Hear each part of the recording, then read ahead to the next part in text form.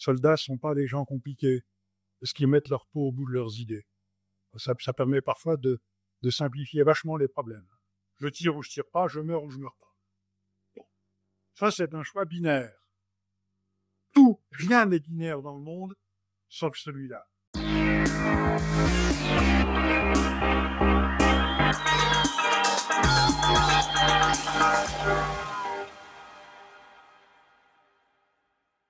Bienvenue sur la chaîne d'Academia Christiana. Vous êtes aujourd'hui plus de 15 000 abonnés sur YouTube, des milliers à écouter nos podcasts et à suivre nos contenus chaque semaine. Grâce à vous, nous faisons bouger les lignes, nous offrons une réflexion alternative et nous donnons la parole à des témoins d'exception. Vous êtes nombreux à nous envoyer des messages de soutien et je tiens à vous remercier du fond du cœur. Mais aujourd'hui, j'ai un message important à vous adresser. Nous avons besoin de vous. Nos contenus, nos formations, nos événements, tout cela n'existe que grâce à votre soutien. Et chers amis, nous sommes à un tournant. Les conversions explosent, la jeunesse se réveille, la quête de sens et d'enracinement n'a jamais été aussi forte. Mais face à cela, nos adversaires ne restent pas inactifs. Ils investissent des moyens colossaux pour imposer leur vision du monde. Alors nous devons répondre présent. Notre mission ? Faire rayonner l'évangile et la culture chrétienne. Former des hommes et des femmes de conviction capables de s'engager. Développer des communautés locales pour structurer la résistance et la reconstruction. Acheter et rénover un lieu qui sera une véritable ruche du bien commun. Un carrefour d'enracinement où nous pourrons bâtir, transmettre et former ensemble. Mais pour cela, nous avons besoin de vous. Comment nous aider concrètement ? Likez cette vidéo, abonnez-vous et partagez-la. Plus nous serons visibles et plus notre message portera loin. Et aussi inscrivez-vous à nos événements, le congrès du bien commun, les universités d'été, les feux de la Saint-Jean, les férias, les sessions de formation. Tout est sur notre site internet academiachristiana.org. Mais enfin, et le plus important, faites un don. Votre soutien financier est essentiel. Si vous adhérez à notre association, l'association culturelle d'éducation intégrale, vous allez rejoindre un réseau d'entraide. Vous aurez un espace membre exclusif et vous pourrez contribuer directement à nos projets. En faisant un don, vous nous donnez les moyens d'agir, d'organiser encore plus d'événements, de renforcer notre présence, de bâtir des lieux concrets pour former et transmettre. Alors ne restez pas des spectateurs, c'est ensemble avec vous que nous allons pouvoir bâtir une renaissance catholique et enracinée. Nous sommes l'espoir d'un réveil, nous sommes le ferment d'une civilisation qui refuse de disparaître. Il compte sur vous, je compte sur vous. Faites un don dès maintenant, tout devient possible avec vous.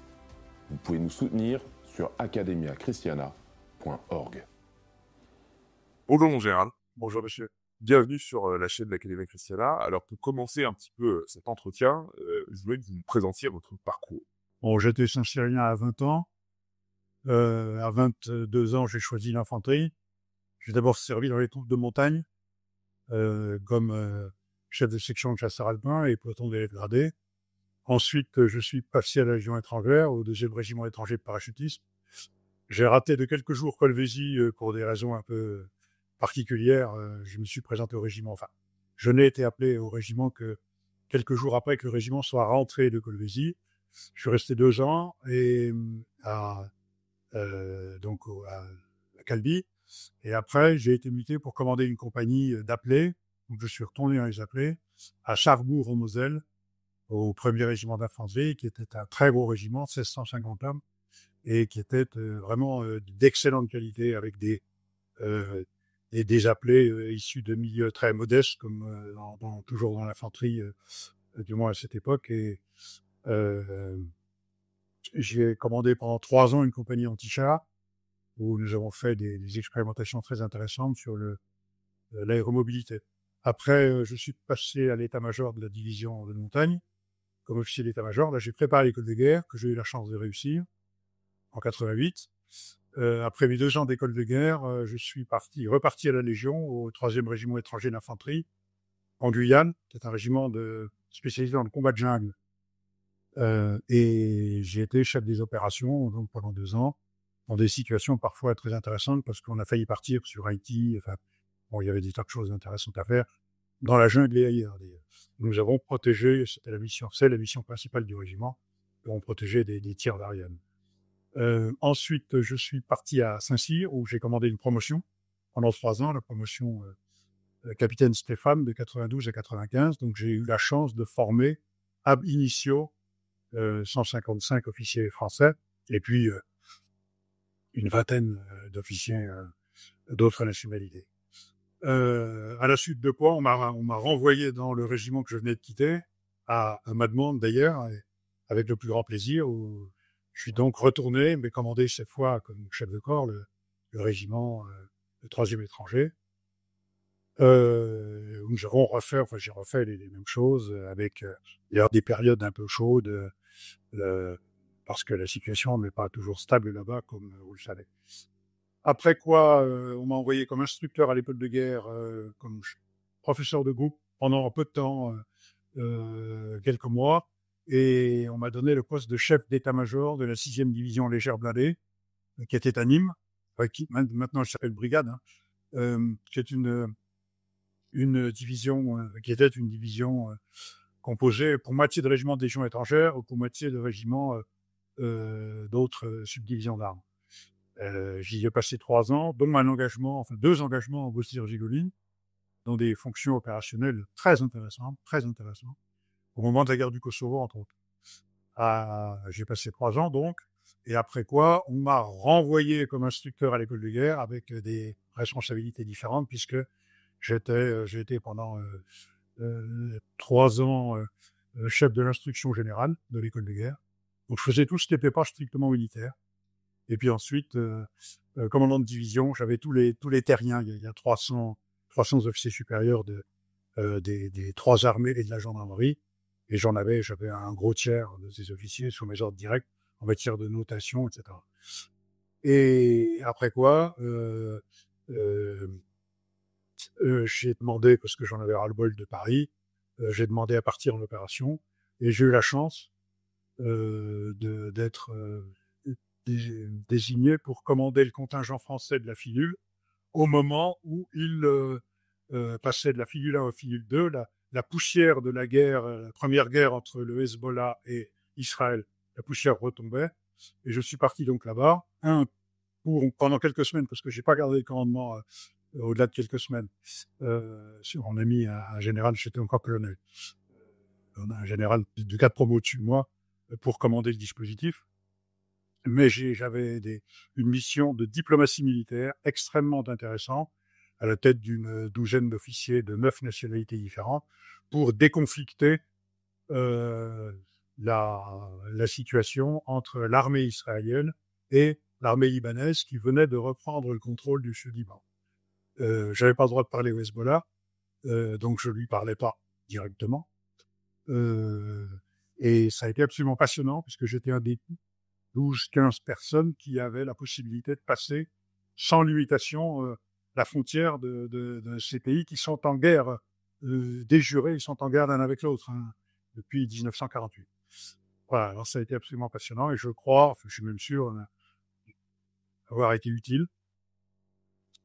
J'ai passé 1 an dans cette mission, très chaud, très chaud. Et ensuite, on m'a envoyé comme directeur des sessions en région de l'Institut des hautes études de défense nationale, où je suis resté 11 ans. J'ai terminé ma carrière en 2018 dans ce poste absolument passionnant où j'ai eu la chance de former, de sensibiliser aux questions de défense 2300 civils de tous les milieux et dont matière militaire en questions, disons, stratégiques. Et dans le même temps, j'étais responsable du cours de géopolitique de l'école des officiers de la gendarmerie nationale à Melun, parce que bon, il se trouve que je suis tombé dans la géopolitique étant tout petit par tropisme familial, et donc comme j'avais beaucoup étudié ça, et à l'école de guerre et ailleurs, c'est venu tout seul. Voilà. Et puis depuis ce temps-là, eh bien, j'ai quitté les forces armées, disons, le service direct de notre pays, et j'écris des articles pour, entre autres, le Spectacle du Monde, la Nouvelle Revue universelle et d'autres publications. Voilà. Alors, parlons justement de la géopolitique. Pour vous, comment est-ce que vous pourriez expliquer l'intérêt de cette discipline? Elle est absolument, si vous voulez, si on a des responsabilités d'un certain niveau, ou si on veut comprendre le monde tel qu'il est, la géopolitique est l'outil qu'il faut, puisque d'après la définition que j'en donnais à mes étudiants, c'est l'art des facteurs de puissance rapportés à une aire géographique donnée. Facteurs de puissance. Si vous donc c'est une analyse, c'est une méthode d'analyse objective. La démographie est un facteur de puissance, la géographie, les voies de communication, l'économie, etc. Mais les forces armées, naturellement, la tradition diplomatique, enfin, c'est ça recouvre un spectre absolument énorme. Et il n'y a pas de limite d'échelle vers le grand ou vers le petit. Vous pouvez parfaitement, si vous êtes maire d'une grande ville, avoir une géopolitique de votre ville, voire même maire de village. Bon, voilà. Évidemment, lorsque j'ai des responsabilités gouvernementales. C'est l'analyse géopolitique quand vous êtes au niveau de l'État qui vous donnera les grandes lignes de ce qu'il faut faire, par exemple dans le domaine de la défense ou dans le domaine de la diplomatie. Les deux étant parfaitement liés. Donc, c'est indispensable. Alors, pendant longtemps, le terme a été maudit. J'ai vécu, à cause de ce qu'il avait été utilisé, ou du moins la science géopolitique avait été utilisée par les nazis dans les années 30-45. C'était une bêtise, évidemment. Mais heureusement, il est revenu en grâce. J'ai vu toute cette remontée en grâce parce que on s'est aperçu qu'il fallait bien replonger dedans si vous voulez cesser de faire des bêtises. Aujourd'hui, souvent dans les relations internationales, on a l'impression qu'il y a un cadre moral avec les pays des méchants et les pays des gentils qui s'est développé. Est-ce que pour vous, il y a une morale dans les relations internationales? Aucune. Et si vous mettez une morale, c'est foutu. Parce que vous n'analysez plus les facteurs selon les faits, mais selon inévitablement le préjugé idéologique que vous y aurez mis. Ça sert à rien de dire que tel dirigeant est méchant. Si c'est vrai, c'est un paramètre, pas plus, parmi d'autres. Est-ce qu'il a une légitimité suffisante dans son pays, oui ou non? Est-ce que, en revanche, s'il est corrompu, par exemple, on peut agir sur lui, vous voyez, avec les services spéciaux qui sont faits pour ça, entre autres. Donc, il faut absolument aucune morale. La question n'est pas là. Ça n'empêche pas, évidemment, d'avoir par devers soi ses propres sympathies et ses propres grises d'analyse, mais il faut absolument les laisser à la porte si on veut analyser objectivement, correctement une situation. Une situation géopolitique, c'est une carte. Il n'y a pas une mauvaise carte, des bonnes montagnes et des mauvaises montagnes. Il n'y a pas des bons fleuves et des mauvais fleuves. Voilà. Il y a des fleuves et des montagnes. Et je crois que c'est une erreur gigantesque, que font aujourd'hui un certain nombre d'analystes contemporains. Alors, c'est pas très grave quand ils sont irresponsables, mais lorsque ce sont des ministres ou des diplomates de haut rang ou des décideurs, ça, c'est catastrophique. On n'a pas à savoir si M. Poutine est bon ou gentil ou méchant, si M. Trump est gentil ou méchant, ou si M. Biden est gentil ou méchant. On s'en moque. L'important, c'est les intérêts de notre pays et c'est de savoir quelle est la situation réellement. Voilà. Quand on regarde le monde actuel, il y a une théorie qui a été, on va dire, qui a émergé au cours des années 2000, qui est celle du choc des civilisations de Samuel Huntington. Est-ce que vous pensez que cette théorie peut permettre de comprendre les enjeux de puissance au XXIe siècle? Je crois que Samuel Huntington, il a élaboré une théorie. De dire qu'il a élaboré une théorie, c'est un peu comme dire qu'un appareil photographique aurait élaboré une théorie en photographiant un coucher de soleil. Les choses sont ce qu'elles sont. Oui, il y a un choc de civilisation, c'est une évidence. Et avec l'islam, par exemple, depuis 1300 ans, enfin 1400 ans. C'est une évidence. Voilà. Alors, on peut aimer l'islam ou pas aimer l'islam, on peut je ne sais pas quoi, mais c'est une évidence. Et si vous connaissez un peu l'islam, si vous connaissez les hadiths et le Coran, et si vous connaissez la vie du prophète, et si vous connaissez l'histoire tout simplement, oui, avec l'islam, il y a un choc de civilisation. Il peut y avoir des chocs de culture, il peut y avoir des chocs militaires, il peut y avoir des chocs d'intérêt. Mais là, avec l'islam, il y a un véritable choc de civilisation. Peut-être y en a-t-il ou y en aura-t-il un avec le monde chinois. Je ne sais pas. Mais voilà. Moi, je crois que ce que l'on appelle la théorie de Huntington est très intéressant, mais je ne suis pas d'accord avec lui sur la manière dont il voudrait lui proposer de remanier la carte du monde. Ça, c'est autre chose. Mais oui, finalement, il y a un choc de civilisation. Enfin, voilà. Regardez tous les attentats dont notre pays a souffert. Il n'y en a pas un qui a été fait, je ne sais pas, des catholiques ou des protestants. Voilà, tous ces attentats qui ont tué ont été le fait d'organisations se réclamant de l'islam. Point. Est-ce que justement, dans les évolutions récentes des conflits géopolitiques contemporains, est-ce qu'on peut déjà, dès maintenant, dégager des grandes tendances qui marqueraient peut-être des lignes de rupture entre 21e siècle et 20e siècle? Alors, le 20e siècle, il a été caractérisé par les grands affrontements communistes, non communistes, expansionnisme allemand, d'abord du Deuxième Reich et puis ensuite du Troisième Reich, l'expansionnisme mis derrière le masque du nazisme, qui n'en était qui était une excroissance de cet expansionnisme qui se heurtait lui-même à l'expansionnisme soviétique, qui était moins de nature territoriale que de nature idéologique. Bon, chute du mur de Berlin, j'étais à l'école de guerre quand ça s'est passé, je vous garantis que ça, c'était un grand moment à vivre, surtout quand on regardait nos camarades allemands. Ensuite, il y a eu cette espèce d'illusion du triomphe du monde monopolaire, le grand compétiteur du monde libre, lire les États-Unis et leurs proxys ou leurs alliés, a été une illusion complète. Mais ça, nous étions quelques-uns, enfin, nous étions même assez nombreux à l'avoir compris, à avoir distingué d'emblée que c'était une illusion. On n'avait pas regardé les autres grandes lignes de force dans le monde, entre autres la montée vers la puissance du monde chinois, le réveil du monde indien, et puis que, contrairement à ce qu'on pouvait croire, même si la Russie, qui n'était plus l'Union soviétique, était dans une situation absolument cataclysmique, mais cataclysmique, on a très très mal observé de l'Ouest. La Russie est une puissance, c'est la moitié du monde. 11 fuseaux horaires, enfin bon, des territoires immenses. Elle ne pouvait pas rester comme elle était. Comme la Chine ne pouvait pas rester comme elle était depuis 1846, c'est-à-dire en effondrement intérieur.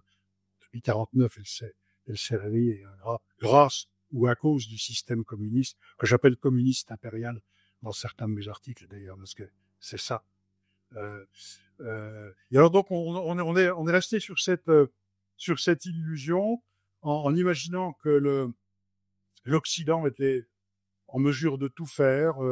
Il disposait de la plus grande alliance militaire de tous les temps, avec 800 millions d'habitants. Et on s'est lancé dans ce que j'appelle les guerres folles, dans certains de mes écrits, où on voulait obnubilé par notre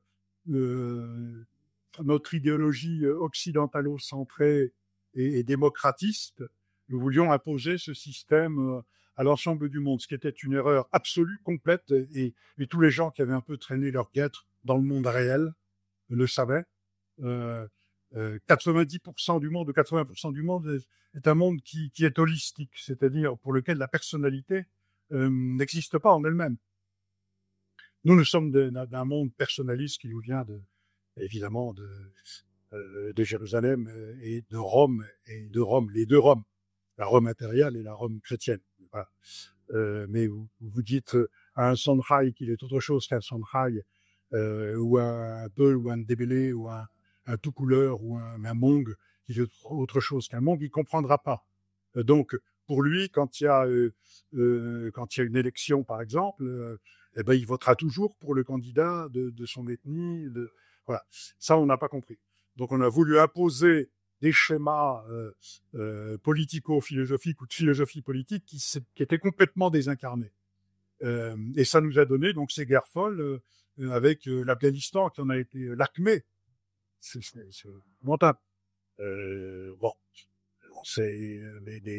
l'Occident s'est heurté de plein fouet à un peuple qui n'avait jamais été soumis par personne, d'Alexandre le Grand à la reine Victoria. Bon, et là, tout d'un coup, on allait la ramener. J'ai un gendre d'ailleurs qui a été blessé dans ce conflit. Bon, c'était une guerre ingagnable. Là aussi, nous étions quelques-uns à l'avoir dit, mais et de véritables connaisseurs du pays. Il dit non, faut pas y mettre les pieds. Faut trouver autre chose que leur mettre des bombes sur la tête. Ça ne marchera pas, et ça n'a pas marché. Voilà, le 15 août 2021, on a vu les États-Unis embarquer piteusement façon 30 avril 1975 à Saigon et quitter le pays en abandonnant une partie de ceux qui avaient travaillé pour eux. Vous me direz, on n'a rien à dire. Quand on voit Sorbe-Erki en 1962, comme nous avons abandonné. Bon. Et donc là, il y a eu la fin de cette illusion, mais la fin se voyait, on voyait qu'elle arrivait, mais manifestement, qu'elle n'avait pas été distinguée par nos grands dirigeants, obnubilés soit par leurs soucis picrocolinesques du quotidien, soit dans leur monde fantasmatique, idéologique, inclusif et autres folies.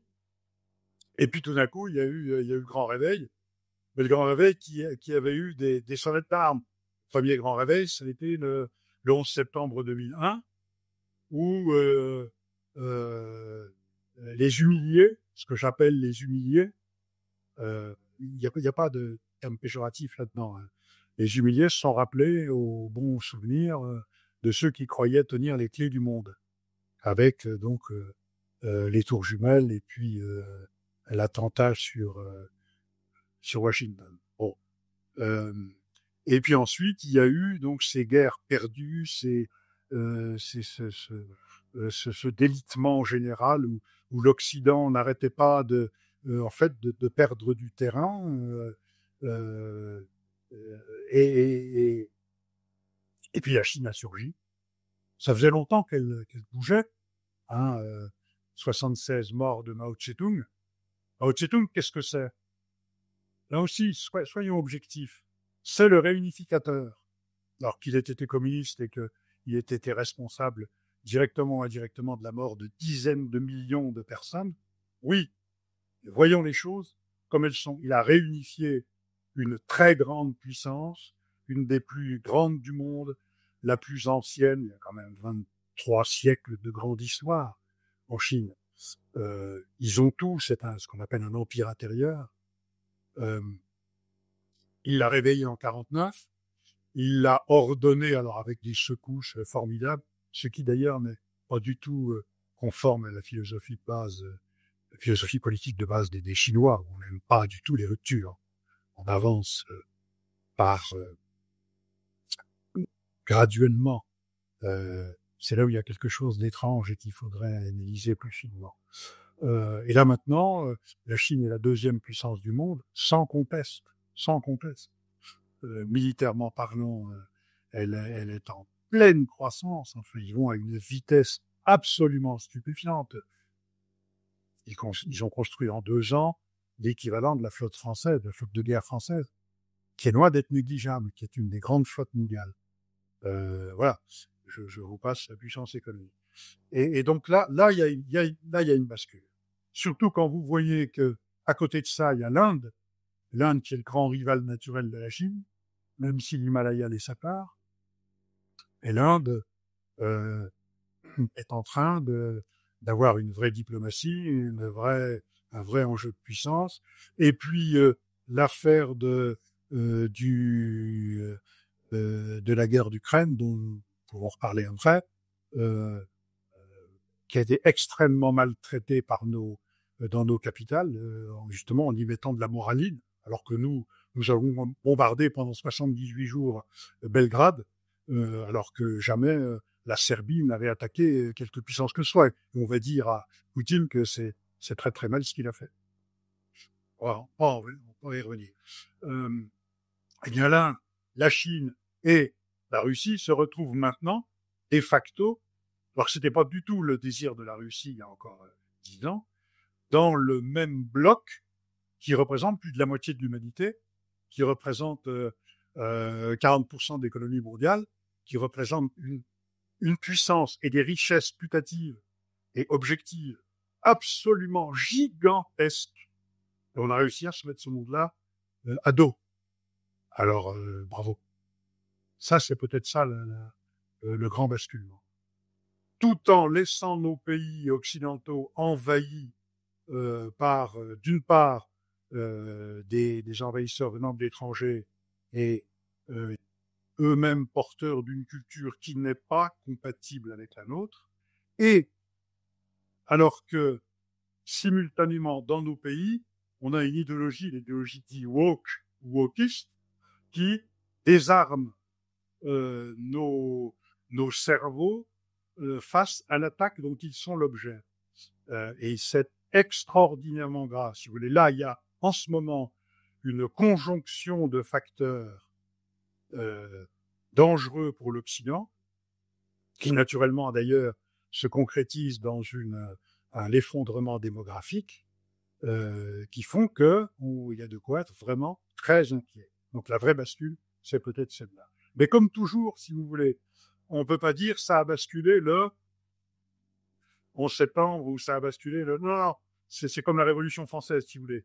C'est des mouvements lents et souterrains qui tout d'un coup, comme la baleine qu'on n'a pas vue et puis qui fait 30 tonnes et tout d'un coup qui saute par-dessus, on dit tiens, il y a une baleine. Bon, c'est ça. Nous verrons ce que ça donne. Parlons justement de l'Occident et de l'Europe. Est-ce que pour vous, la civilisation européenne, et la France en particulier, peuvent jouer un rôle indépendamment de leur soumission, leur dépendance à l'Empire américain? Il va falloir choisir. Soit nous continuons à nous aligner bêtement derrière l'Empire américain, en n'ayant pas compris ce qu'il était, en croyant que nous sommes dans le même camp parce que ce sont nos fils culturels, encore qu'il faudrait le dire vite, historiquement parlant, hein, et dans ce cas-là, il y aura pas d'Europe. Soit nous décidons, enfin d'Europe, il n'y aura pas de surréaction ou de nouvelle surréaction de l'esprit européen, soit nous disons nous sommes européens, et puis en face, on leur dit merde, et quelle que soit la face, et là on pourra. Mais si nous restons comme ça, alliés servilement, le petit doigt sur la couture du pantalon, il n'y aura jamais de puissance européenne. Alors que nous avons réellement une fraternité de civilisation, une identité commune extrêmement puissante, extrêmement lourde. Enfin, quand vous allez à Budapest, quand vous allez à Prague, quand vous allez à Vienne, Belgrade, on est chez nous, Athènes, Rome évidemment, Barcelone. Bon, je pourrais presque citer toutes les capitales européennes. Alors avec des nuances, ce sont nos cousins, les cousins un petit peu plus éloignés, un petit peu plus proches. Les orthodoxes, c'est pas toujours facile. Les nordiques, protestants, ça l'est pas toujours non plus. Alors il y a des nuances, mais on est vraiment chez nous, quoi. Un peu comme quand vous avez des membres éloignés de la famille, vous allez les voir pendant les vacances. On met pas tout à fait le couvert de la même manière, et puis on passe par la table à 7h30 le matin, mais à 8h moins le quart, ou voilà. Mais ça reste là. Il n'y a pas de différence fondamentale. En revanche, quand vous allez dans des pays lointains et que vous êtes confronté à des civilisations qui nous sont vraiment différentes, je ne suis pas dit hostiles, peuvent l'être, évidemment. Mais vous vous apercevez qu'il y a une vraie différence. Quand on va chez nos cousins, alors là, assez éloignés américains, c'est autre chose. Il y a le socle elle-même, mais il y a une volonté impérialiste qui est beaucoup plus grande que nous avons peut-être connue, nous, dans les siècles passés, mais qui, là, est une volonté de domination du monde, qu'on peut peut-être, à la limite, comparer avec l'impérialisme britannique de 1850-1910, mais j'allais presque dire peut-être en plus puissant. Donc non, on ne pourra pas on ne pourra pas faire une Europe puissance. D'ailleurs, nous sommes les seuls à en parler, nous les Français. On est les seuls. Vous savez, on est les fils de Napoléon, on est les fils de... Bon, qu'on l'aime ou qu'on l'aime pas. Si nous ne coupons pas cette liaison toxique avec Washington. Attention, il faut pas la détruire, cette liaison. Mais il faut prendre ses distances. Voilà. Et prendre ses distances sérieusement. Voilà. Enfin, ça n'en prend pas le chemin pour le moment. Est-ce que vous pourriez analyser ce qui s'est passé pendant ces années de conflit, qui ne sont pas d'ailleurs totalement terminées, entre la Russie et l'Ukraine, si Donald Trump a promis une résolution de ce conflit? Si on l'analyse sans préjugés, il faut remonter très loin. La Russie moscovite est née de la Russie kievienne. Donc, c'est la même civilisation. C'est le même peuple. C'est la même histoire initiale. Voilà. Vous avez en Ukraine, jusqu'au temps récent, une pénétration russe qui est totale et une pénétration ukrainienne dans la Russie de l'Ouest qui est totale aussi. Combien d'Ukrainiens ont épousé des Russes et vice-versa. Ensuite, il y a eu l'épouvantable épisode de Staline organisant ce que les Ukrainiens appellent l'Holodomor, pour des raisons d'ailleurs qui n'étaient pas anti-ukrainiennes, mais il fallait bien... c'est pour des raisons économiques principalement, il a décidé d'exporter le blé ukrainien en faisant crever les Ukrainiens par millions pour avoir de l'argent qui lui permettait de financer sa révolution. Bon. Ça a laissé des traces épouvantables. Alors il est vrai que l'Ukraine, qui n'avait pas les frontières du tout qu'elle a aujourd'hui, parce que là aussi on l'oublie, les frontières d'Ukraine, c'est... Ukraine, c'est une marche d'empire, c'est une zone tampon. Ouais. Il se trouve que globalement, la vraie frontière, elle est sur le Dniepr. Mais les frontières d'Ukraine, c'est 400 km à droite, 400 km à gauche. Ça bouge. Bon, voilà. Lviv s'appelait Lvov, elle s'appelait Lemberg avant, elle était au front hongroise, et puis elle est devenue polonaise. Puis, bon, voilà. C'est compliqué dans la région. Du côté de Zaporia, ça s'appelait Zaporozhye. Il y avait les Cosaques Zaporog. Si c'était des Cosaques, c'était des soldats des marches de l'Empire que le tsar avait mis là contre ceux qui venaient de l'extérieur. Enfin, voilà. Donc, si vous voulez, c'est le même peuple, mais il y a eu des accidents lourds de l'histoire, l'Holodomor.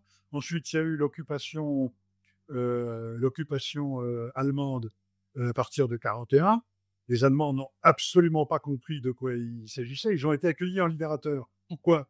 Parce que la pauvre Ukraine avait été écrasée par les bolcheviks. Ils voulaient revivre.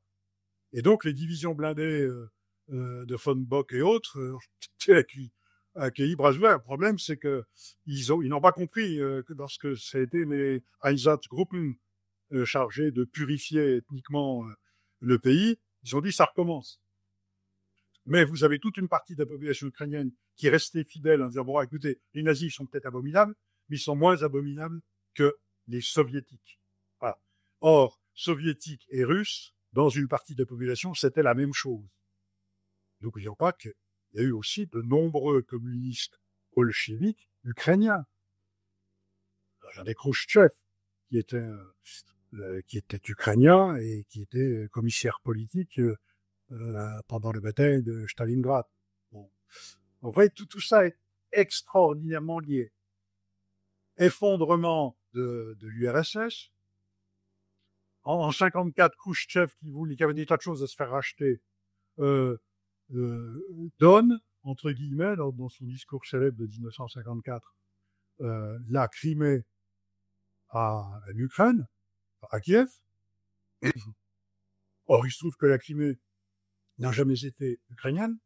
Elle était ottomane jusqu'à Catherine II, et ensuite elle est devenue russe, conquise par Catherine II pour des raisons stratégiques, parce que c'est le meilleur port, Sébastopol est le meilleur port sur la mer Noire. C'est que la Russie est obnubilée par son accès. Quand vous regardez, la Russie, elle n'est pas enserrée soit par les glaces, soit par les détroits. Alors, même si c'est un pays gigantesque, elle se sent, bon, complexe obsidional bien connu des Russes. Observons quand même que ce transfert n'a jamais été ratifié ni par la Rada, ni par la Douma, donc ni par l'Assemblée de Kiev, ni par l'Assemblée de Moscou. Bon, à l'effondrement du mur de Berlin, à l'effondrement qui donne l'effondrement de l'URSS en 91, je me dis on touche pas aux frontières telles qu'elles sont. Dont acte. Mais pour que les choses se passent bien, j'ai expliqué tout ça dans un gros article qui est apparu 2 jours après l'attaque russe du 22 février 2022. Il me dit, allez, on change pas les frontières. Et puis alors, l'obsession, mais moi je l'ai vécu ici à l'Ouest, l'obsession de tous les états-majors et de toutes les puissances publiques de l'époque, au moment de l'effondrement de la Russie, c'est que vont devenir les missiles nucléaires qui n'étaient pas des missiles ukrainiens, qui étaient des missiles de Moscou, stationnés sur le sol ukrainien. Vous imaginez, il y avait plusieurs centaines de têtes nucléaires. On a réussi à dire aux Russes, il y a eu une promesse qui a été faite, c'est documenté maintenant, hein. On le savait, mais maintenant c'est documenté. On leur a dit, écoutez, on vous promet que l'OTAN ne bougera pas et que on viendra pas vous chatouiller sur vos marches, mais débrouillez-vous pour que les têtes nucléaires soient mises en sécurité, qui repassent de l'autre côté, du côté de l'Oural, gardez-les. Parce que c'était vraiment l'obsession. Imaginons, ne serait-ce que 5 ou 6 têtes nucléaires, mégatoniques ou pas, passant entre des mauvaises mains, ça pouvait être, même s'il y a des failles de sécurité, on fait pas péter une tête nucléaire comme ça parce qu'on a envie dans son garage en mettant 2 pétards. C'est beaucoup plus compliqué que ça. Mais enfin, bon, je vous dis, c'était vraiment l'obsession. Et constatons qu'il n'y a pas une seule tête nucléaire qui est disparue, et qui ait été mise sur le marché, jamais. Bon, les Russes ont bien fait le job. Les Ukrainiens n'ont pas eu le droit à discuter, puis ils étaient bien contents de se débarrasser de cette cochonnerie. Faut quand même pas l'oublier non plus. On a enlevé les missiles, on a détruit les silos, bon. Et on dit, mais vous vous rendez compte, on a privé les Ukrainiens de leur armement nucléaire, ils nous l'ont cédé ils ont rien cédé du tout. La tête de la force nucléaire, elle n'était pas à Kiev. Il n'y a pas à Minsk non plus tout, elle était à Moscou, elle l'est restée. C'est d'ailleurs le seul truc qui ait fonctionné, ce organisme d'État, la force nucléaire, qui ait fonctionné sans accroc pendant la période d'apocalypse qu'a connue la Russie de 91 à 2000. Bon. Et là-dessus est arrivée une volonté occidentale, là aussi très documentée maintenant, hein, de séparer l'Ukraine de la Russie. En fait, quand on regarde bien, on a analysé les grands géopoliticiens américains, on s'aperçoit que tout ça, ça avait été prévu. Mahan l'avait prévu. Brzezinski aussi, dans son livre Capital de 1997. Et puis Kissinger aussi dans ses écrits. Il faut absolument la grande idée force, c'est que nous ne devons pas avoir en face de nous, Américains, si nous voulons rester la plus grande puissance du monde, une Europe unie qui serait qui pourrait être aussi puissante que nous, voire plus. Cette Europe unie serait plus puissante si elle est adossée à la Russie soviétique ou désoviétisée, la Russie russe. Parce que les richesses naturelles de la Russie sont immenses. Rien n'est illimité, mais l'image est quand même bonne. Leurs cerveaux sont extraordinaires, ils ont des ingénieurs de toute première catégorie, c'est comme les seuls capables de voyer des sous-marins jusqu'à 1000 mètres de profondeur, etc. En matière des métaux, enfin, ils sont vraiment très très beaux. Bon, par ailleurs, ils sont très beaux. Et il faut donc casser ça. Et ils ont extrêmement bien manœuvré en organisant, en favorisant les mouvements anti-russes et nationalistes ukrainiens pendant les années 95, 2000, 2005, pour aboutir à ces révolutions, dont la révolution orange, la révolution du Maïdan, qu'ils ont organisées pour mettre à Kiev des dirigeants qui étaient non seulement anti-russes, mais pro-américains et pro-européens, c'est-à-dire on va se rattacher à l'Europe, parce que l'Europe c'est les libertés, etc. Ils avaient oublié que pendant ce temps-là, la Russie retrouvait sa puissance. Et Poutine arrive au pouvoir en 2000, il réorganise les choses, lui et Medvedev. Personne ne croyait que la succession de Poutine par Medvedev se passerait comme ça et que Medvedev rendrait le pouvoir à Poutine, mais ils n'ont pas compris ce que c'est que le patriotisme et la discipline. Ça sort de leur schéma mental. Medvedev rend le pouvoir à Poutine. Poutine, lui, il a une vue à très long terme. Alors on la partage ou on la partage pas. Il a une vue russe et patriotique. Russe. Il a dit maintenant, à un moment, stop. Il avait pu retrouver une puissance suffisante pour imposer de nouveau sa volonté. C'est-à-dire que la Russie, de nouveau, compte à la surface du monde. Elle était effacée. D'ailleurs, on n'en parlait plus. Ça a commencé en 2008, avec les affaires d'Abkhazie et d'Ossétie du Sud en Géorgie, où il a retourné contre nous ce que j'ai appelé dans un article la jurisprudence Kosovo. C'est-à-dire, il y avait deux provinces, l'Ossétie du Sud et l'Abkhazie, en Géorgie, qui étaient russophones à 80%, et qui ont dit, écoutez, nous, non, Tbilissi, non, nous, c'est Moscou. Nous, on veut se rattacher à Moscou. Alors, qu'est-ce qu'il fait, lui? Écoutez, il organise un référendum. Qu'est-ce que nous avons fait, nous, au Kosovo, où la majorité de la population était devenue albanophone? On va organiser un référendum pour se séparer de Belgrade. Alors là, ils ont fait mieux que se séparer de Tbilissi. Ils ont dit, on se sépare de Tbilissi et on se rattache à Moscou. Voilà. Et alors là, on a crié les cris d'Orphée, on va modifier les frontières. C'est impossible de modifier les frontières. Nous venions de le faire au Kosovo. Nous venions de le faire ou de l'accepter entre le Soudan du Nord et le Soudan du Sud. Enfin, voilà. Donc, une malhonnêteté intellectuelle absolue. Bon, mais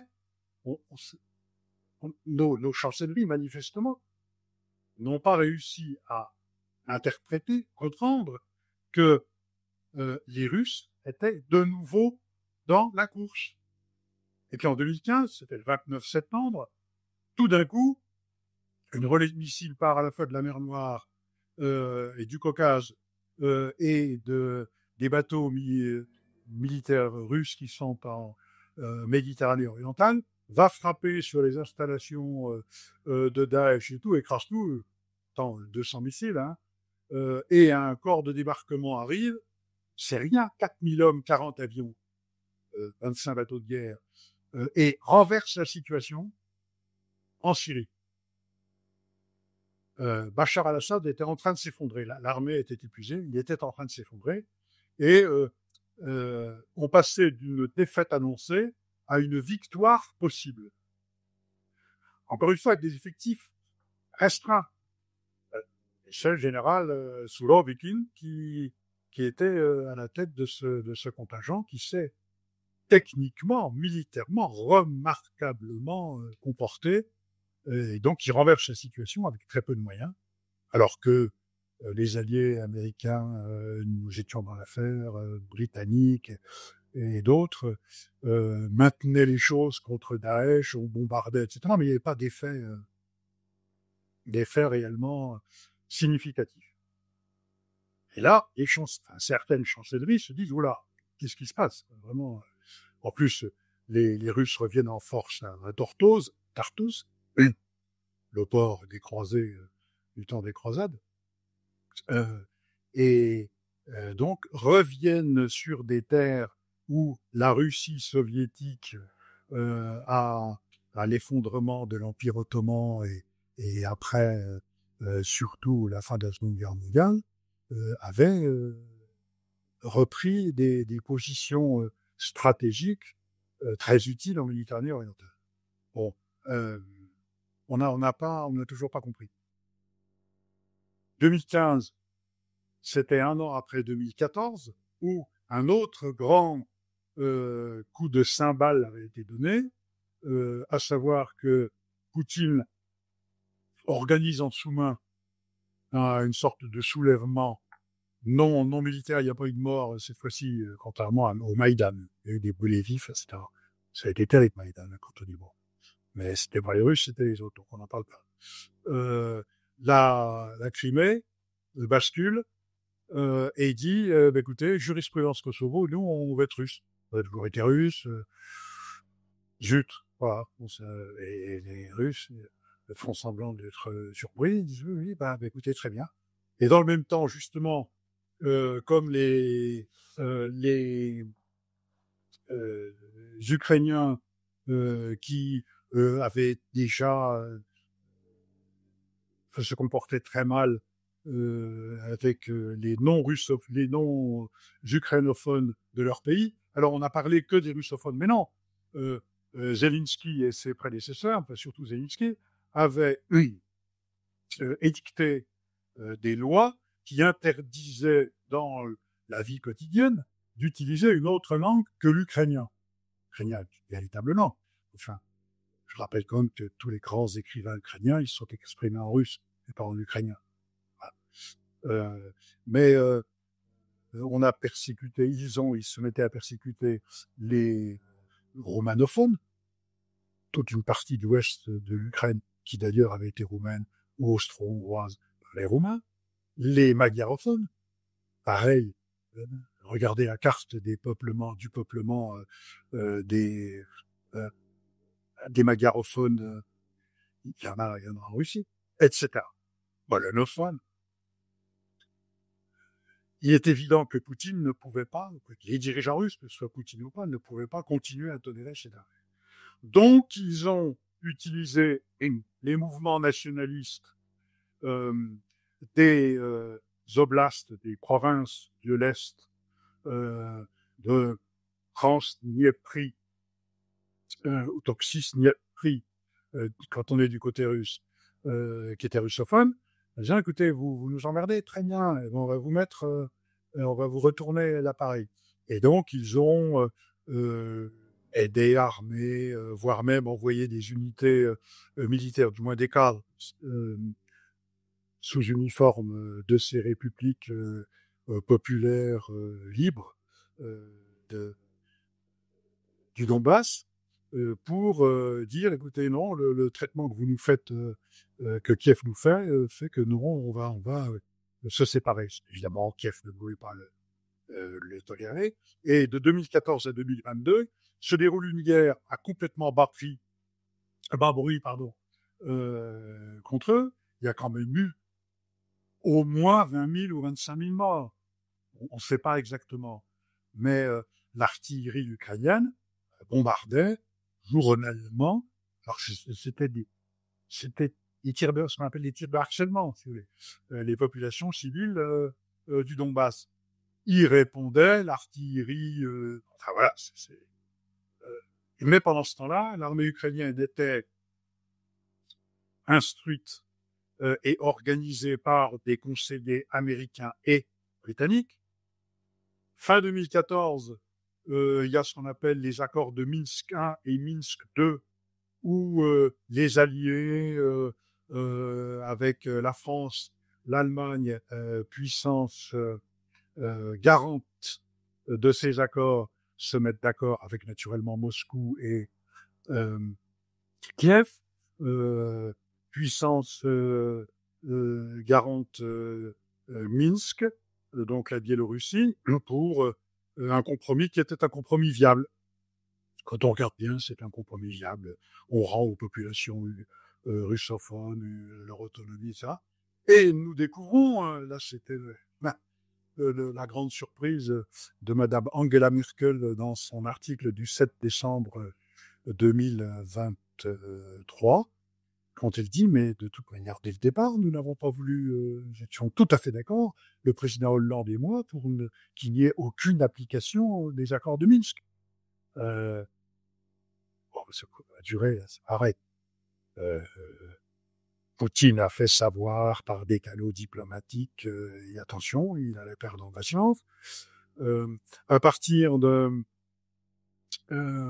l'été 2022, il concentre des troupes à la frontière. Il fait escadronner 114 000 hommes quand même. Excusez du peu, hein, c'est 2 fois l'armée française de campagne.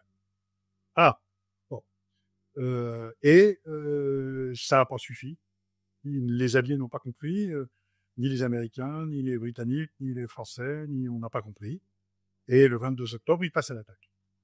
Et là, il tombe sur un bec. Il a complètement sous-estimé. Alors, est-ce qu'on lui a menti? Je ne sais pas. Là, franchement, l'histoire le dira. Hein.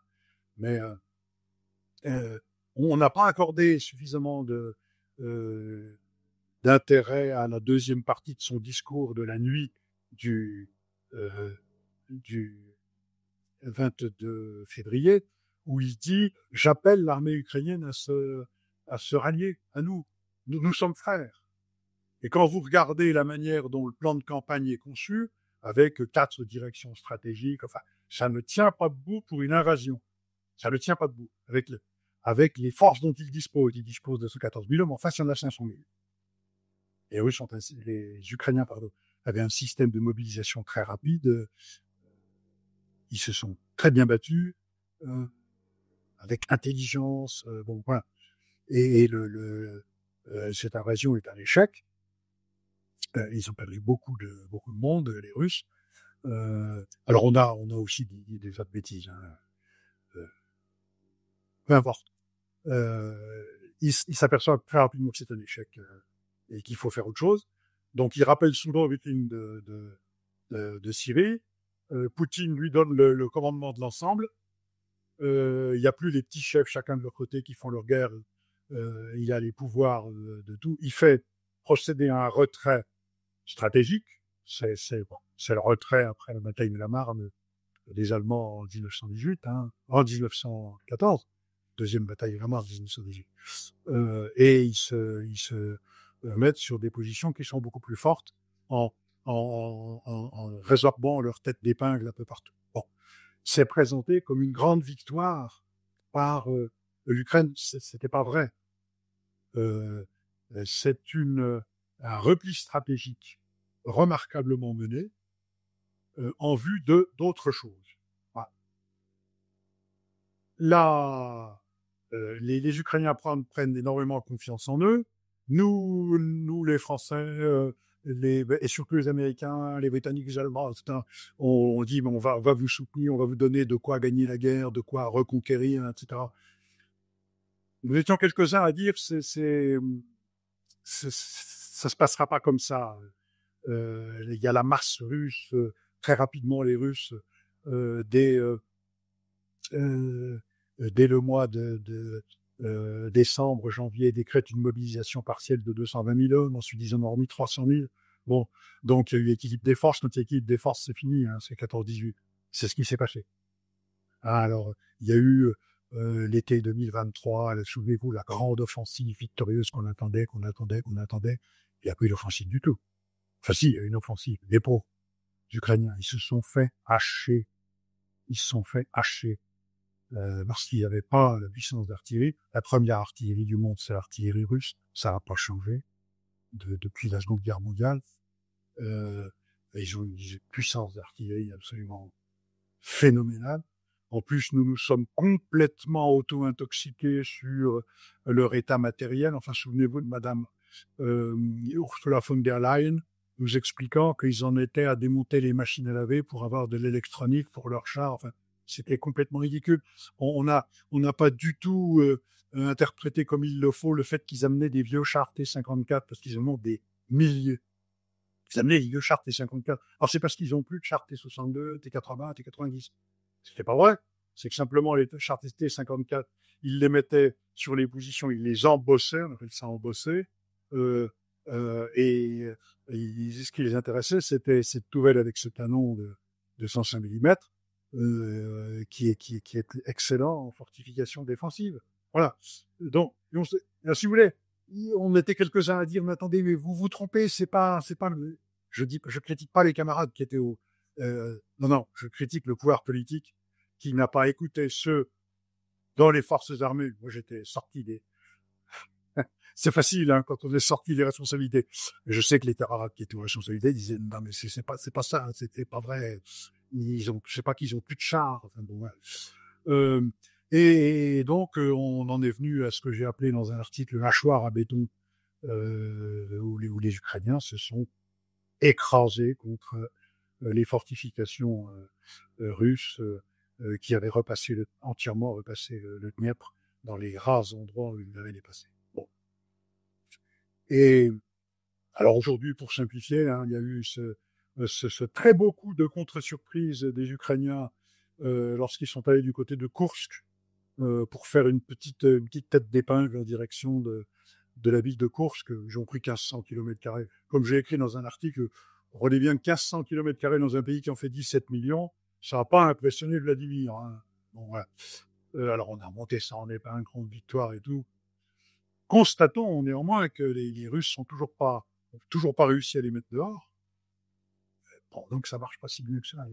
En revanche, que du côté du Donbass, les Russes progressent centaines de mètres par centaines de mètres, et que l'armée ukrainienne n'est pas capable de les arrêter. Alors, aujourd'hui, et contrairement à ce que je lis à droite et à gauche, non, les Russes n'ont pas les moyens de prendre Kiev, Varsovie et ensuite Berlin. C'est pas vrai. Parce que quand on n'est pas capable de reconquérir le petit saillant dit de Koursk, qu'on n'est pas capable de prendre la ville de Pokrovsk. Pokrovsk, franchement, c'est Ménilmontant. Hein, non, mais voilà. On n'est pas capable de franchir le Dniepr, qui fait 2 km de large, de prendre Kiev, où il a fallu 2 armées en 1944. Bon, donc c'est pas vrai. Simplement, bah voilà, maintenant il faut se mettre à une table. Il faut se mettre à une table de négociation. Les pertes ukrainiennes sont absolument cataclysmiques. On en est à plus de 450 000 morts. Ils déclarent 26 000. 450 000 morts. Les Russes à 240 000, 250 000. Bon, voilà, faut arrêter. Il faut arrêter. Les Ukrainiens ont perdu la guerre. Ils ne reconquerront jamais, du moins dans des temps prévisibles, la Crimée. Ils ne reconquerront pas plus Luhansk et Donetsk. C'est pas possible. Donc, il faut en revenir. Moi, c'est ce que j'ai dit dans un récent article dans le spectacle du Monde. Les paramètres où on va traiter, ce sera globalement ceux de Minsk 2. Alors, tout ça pour ça, c'est terrible. C'est épouvantable. Alors que très peu de temps après l'attaque russe, 1 mois et demi après, les Turcs, dont on ne parle pas assez dans cette guerre, ils ont un rôle très important, avaient organisé une entrevue entre les Russes et les Ukrainiens, et Volodymyr Zelensky était d'accord pour signer globalement sur les paramètres dont je parlais à l'instant, mais les alliés, Tony Blair, mandaté par les alliés, est venu lui dire non, ne signez pas. À la limite, même on vous l'interdit et on vous donnera tous les moyens nécessaires. Et pour des raisons que j'ignore, Volodymyr Zelensky n'a pas signé, c'était prêt. Hein. Et on sait maintenant de manière certaine que Poutine aurait signé. Et puis ça aurait évité à la Russie 14 000 sanctions différentes. Ça aurait évité la bascule de Moscou en direction de l'extrême-orient. ça aurait évité des morts par milliers. C'est absolument terrible, terrible. Mais ça y est, c'est la fin, là. Alors ça prendra 1 mois, 2 mois, 6 mois, mais maintenant que Trump a dit je coupe le robinet et puis je vais repasser le bébé de la reconstruction aux Européens, parce que ça va être facile. Surtout avec les dirigeants que nous avons actuellement, j'ai l'impression qu'ils sont pas capables de comprendre la situation. Ça, c'est très ennuyeux. Vous voudrais qu'on parle de foi et justement responsabilité militaire.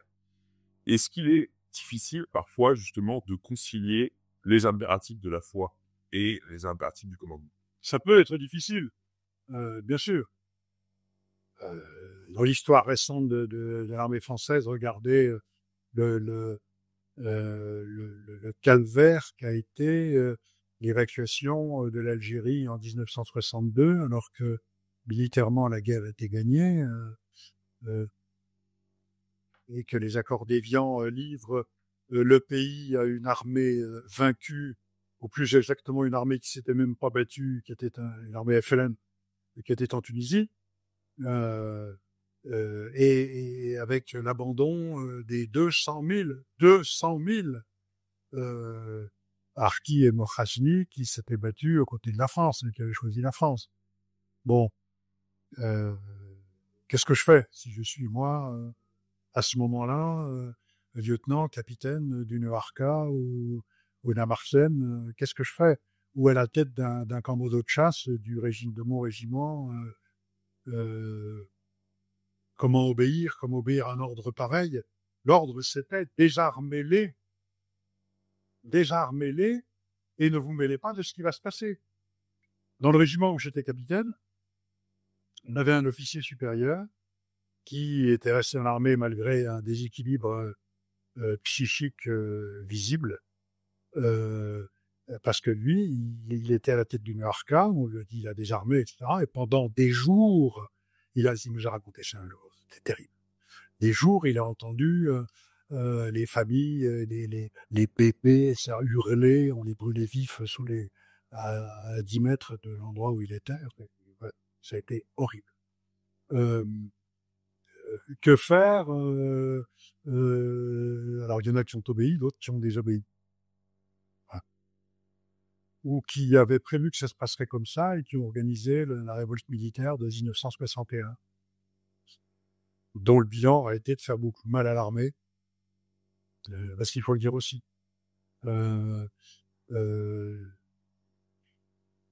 Quelle doit être l'attitude de l'officier français à qui on dit en 1860, nous allons prendre Pékin?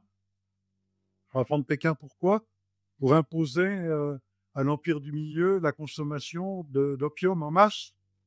Parce que c'est ça, entre autres. Voilà, ça pose des questions.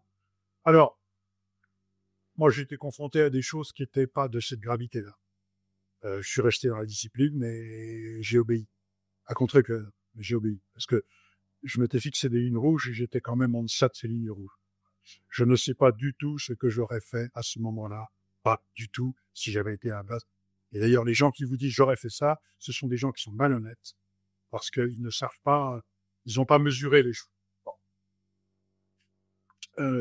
Ce que je sais, ma position est la suivante. Alors, elle n'est pas partagée par tout le monde. On se fixe des lignes rouges. Tant qu'elles ne sont pas atteintes, on obéit.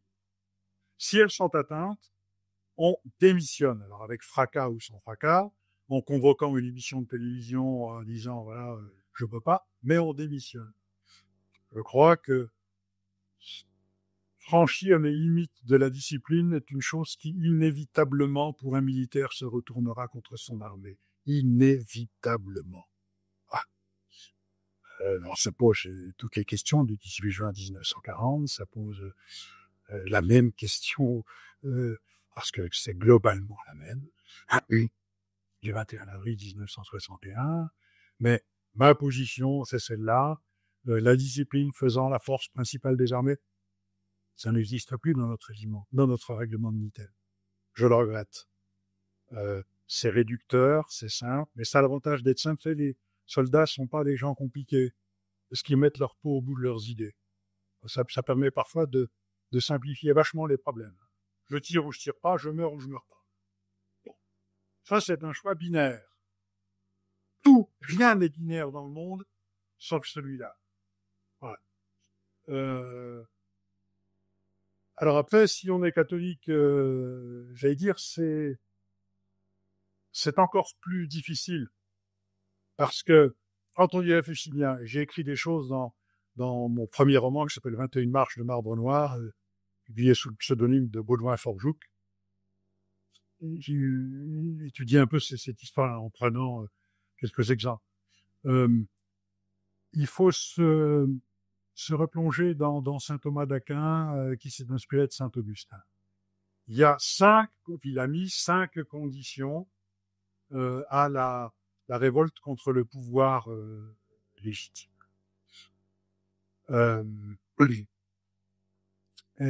Si ces 5 conditions ne sont pas remplies, on a l'avantage, nous les catholiques, d'avoir un bon guide. Il faut pas y aller. Il faut rester dans la discipline ou partir. Si elles sont remplies, la question reste ouverte. Qu'est-ce que je fais? Ces 5 questions sont les suivantes. Oui, souvent, je l'oublie. Premièrement, c'est caractère insupportable du désordre, de l'oppression, par exemple. Insupportable.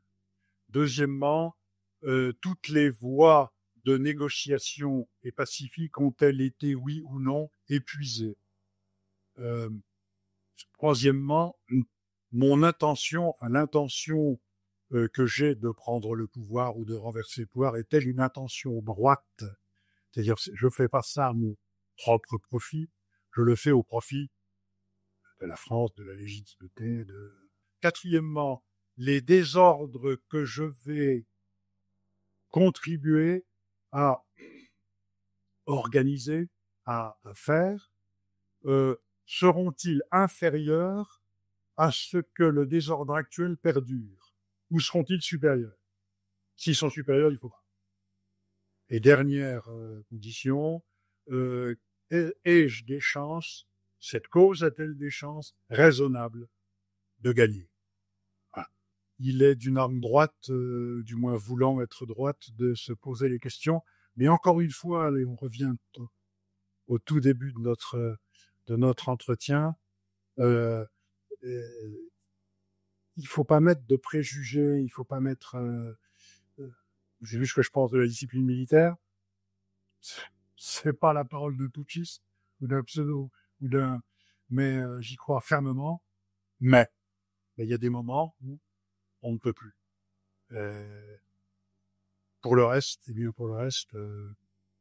c'est à la conscience de chacun, se décider. Mais c'est absolument capital, hein. Et j'ai regretté que dans ma formation d'officier, on n'ait pas eu des réflexions de cette profondeur. Et j'avoue ne pas avoir osé lorsque j'étais à la tête d'une promotion de Saint-Cyr parce que c'était trop compliqué, j'avais pensé. Bien sûr, j'avais une équipe d'officiers instructeurs qui était d'une qualité mais exceptionnelle, des capitaines les capitaines chefs de section à mes commandants de compagnie qui étaient des hommes qui sont des hommes mais remarquables. J'ai pas osé aborder ces sujets directement. De toute manière, si je l'avais fait, je n'aurais fait qu'avec l'accord de mon général qui était un homme que j'aimais beau, s'il avait des défauts comme nous tous. Mais voilà. Mais je ne sais, c'est difficile d'aborder ces questions-là. C'est difficile parce que, encore une fois, je suis obligé de me répéter, mais très rapidement, on travestit, on dit, pétain, je ne sais pas quoi, c'est impossible. C'est globalement impossible. Voilà. Et merci beaucoup, mon Gérald, pour cet entretien passionnant et pour ce regard sur notre siècle. Merci.